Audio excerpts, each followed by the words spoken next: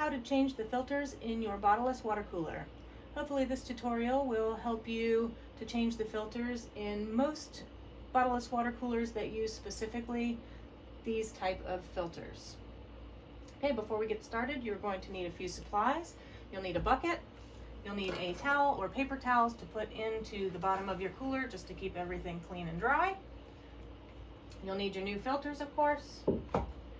You'll need service tubing, which we will use later to flush the filters. A marker to put a date on your new filters. And if you have these standard fittings, you will need something like a screwdriver or a dull knife, something that you can use to pry these fittings off of the filters. If you have these no tool fittings, you do not need this tool. All right, before we get started, you should just make note that the filters all have arrows on them, designating the direction of water flow. When you change the filters, just make sure you put the new filters in with the arrows pointing in the same direction that your old filters were pointing in. All right, first we will turn off the water to your water cooler. Next, we will drain about a cup of water out of the faucet of the water cooler. This will release the pressure off of the fittings, off of the filters, so that you will be able to remove these fittings. I like to start with the top fittings first. I do this so that I can put a cap on them, and while I'm removing the filter, I don't have water come out of the bottom of the filter. It's just a little bit cleaner.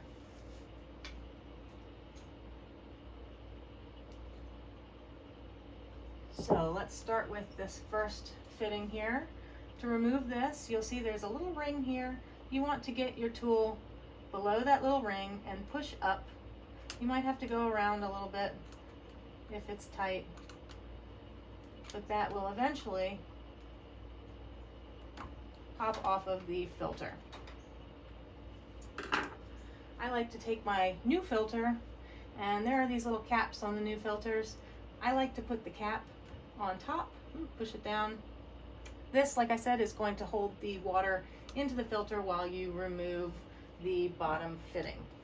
Once you've done that, remove the bottom fitting, remove this filter, and put this in your sink, your bucket, wherever you're gonna keep it. Put your new filter in, and remember, put the arrows facing the same direction as the filter that came out. Reattach this fitting. Reattach this fitting. Do exactly the same with the next filter.